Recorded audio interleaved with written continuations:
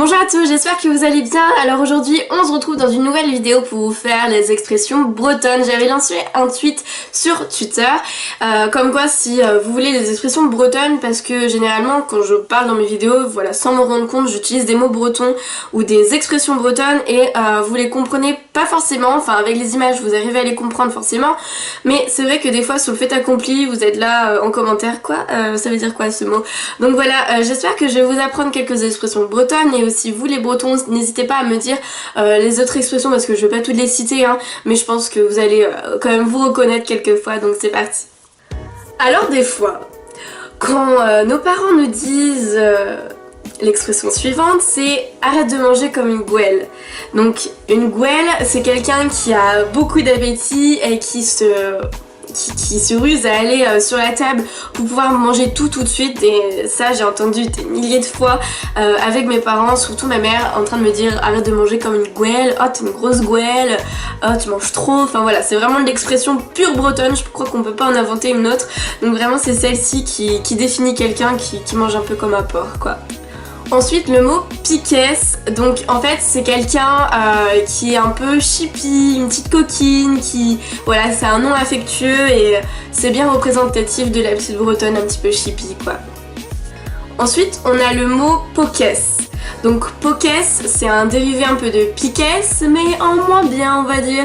On va dire que c'est quelqu'un qu'on dit chez nous oh t'es habillée trop comme une pokesse aujourd'hui, enfin voilà t'es bien un peu en cassos, t'es pas du tout élégante quoi. C'est vraiment ce mot là qui définit la personne quand on peut dire qu'elle est mal habillée quoi. Ensuite il y a aller en riboule, donc peut-être vous le dites dans d'autres régions, mais chez nous ça veut dire vraiment aller en riboule, tu vas trop faire la fête, on va trop s'enjailler quoi, comme on dit maintenant aujourd'hui. Donc moi personnellement je sais que je l'entends toujours par des amis ou des amis de mon frère etc. qui disent allez viens on va en riboule et tout, enfin on va en boîte quoi, voilà. Ensuite le mot phare breton je pense, voilà pour définir la queue de cheval, c'est dire une cuche.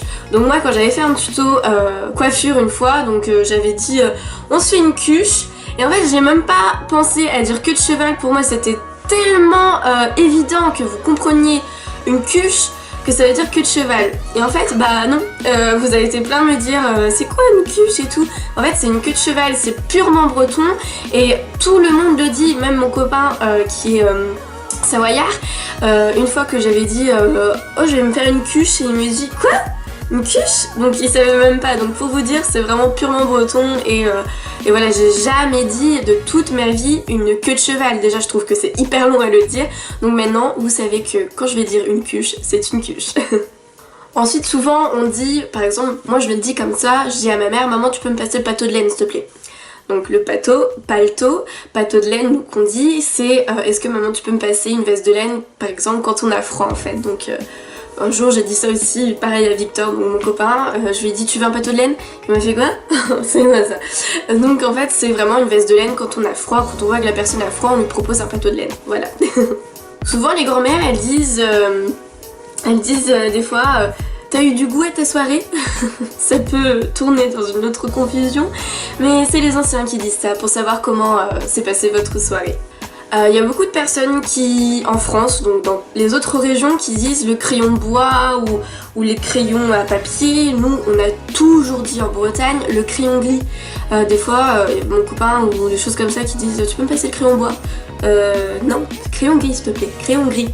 Il y a beaucoup de personnes qui m'ont reprise sur le mot faire de l'essence, enfin sur la phrase faire de l'essence. En Bretagne, ici on dit tout le temps je vais aller faire de l'essence, et non, il y a des personnes qui disent non, faut aller à la pompe ou faut, enfin voilà, il y a un autre truc qui dit pour aller faire de l'essence, mais nous c'est viens on va faire de l'essence quoi, voilà c'est tout, point. Il y a beaucoup de personnes qui je pense l'utilisent dans toutes les régions, mais c'est par exemple quand on dit on va aller acheter de la liche. Donc on va se licher la gueule quoi, donc ça veut dire aller acheter de l'alcool, voilà on prend la liche quoi, la liche. Et aussi le mot gast, nous on le dit, je sais pas si je le prononce bien mais je l'ai toujours dit comme ça étant plus jeune, j'ai dit oh gastersout. Donc en fait c'est dire par exemple oh gast, merde quoi, fais chier, c'est n'importe quoi, enfin gast non voilà.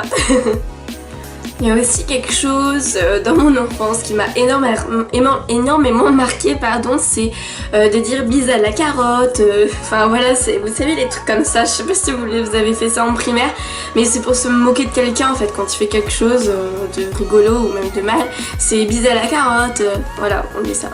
Il y a aussi un mot qui est très employé chez nous, c'est le verbe envoyer. Donc en fait pour nous on envoie tout et n'importe quoi. Par exemple, on envoie sa belle-mère à la gare, j'ai envoyé mon café, je sais pas, à côté, j'ai envoyé, je sais pas, j'ai envoyé quoi? J'ai envoyé mon cartable à l'école, enfin voilà, c'est vraiment le verbe envoyer, on le prend tout le temps et en fait sans s'en rendre compte.